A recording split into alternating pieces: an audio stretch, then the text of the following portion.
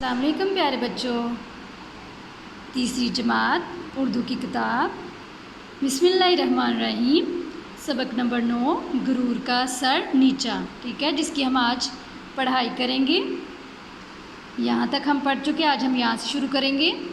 چیکو نہ چاہتے ہوئے بھی باغ دیکھنے اور سیر کرنے کی غرض سے منکو کے ساتھ چل پڑا۔ وہ دونوں گاؤں کے قریب موجود باغ میں پہنچے۔ دونوں نے باغ کی خوب سیر کی۔ چیکو پہلی بار اتنی دور کسی بھی باغ میں آیا تھا۔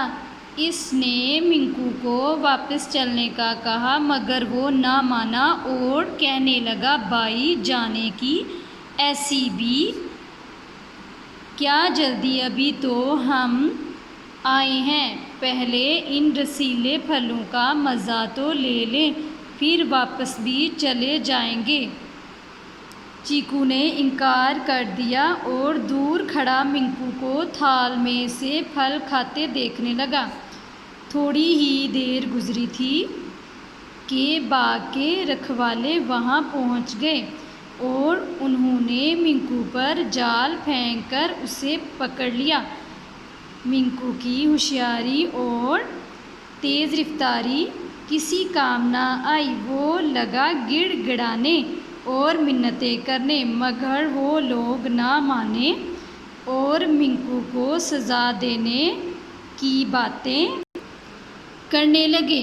ان میں سے ایک نے کہا، اسے قید کر لینا چاہیے۔ دوسرا بولا، نہیں، اس کو ذبح کر کے اس کے لذیذ گوشت سے مزہ اٹھانا چاہیے۔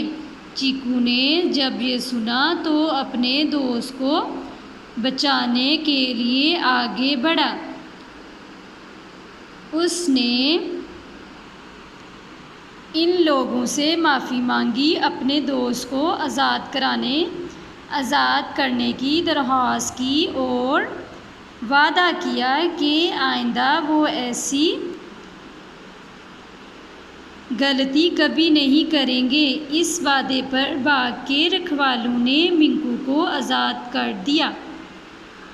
تو بچوں، اس کہانی سے ہمیں 3 سبق ملتے ہیں۔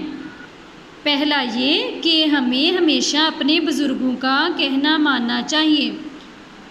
دوسرا یہ کہ کسی کی چیز اس کی اجازت کے بغیر نہیں لینی چاہیے، اور تیسرا یہ کہ غرور نہیں کرنا چاہیے، ٹھیک ہے۔ ہمیں اس کہانی سے 3 سبق ملتے ہیں۔ پہلا یہ کہ ہمیں اپنے بڑوں کا کہنا ماننا چاہیے۔ دوسرا یہ کہ ہمیں کسی کی چیز بغیر اجازت کے نہیں لینی چاہیے، اور تیسرا یہ کہ ہمیں غرور نہیں کرنا چاہیے۔ آئیں مزید جانیں، قرآن مجید میں ارشاد ہے، بے شک وہ اللہ تعالیٰ غرور کرنے والوں کو پسند نہیں کرتا۔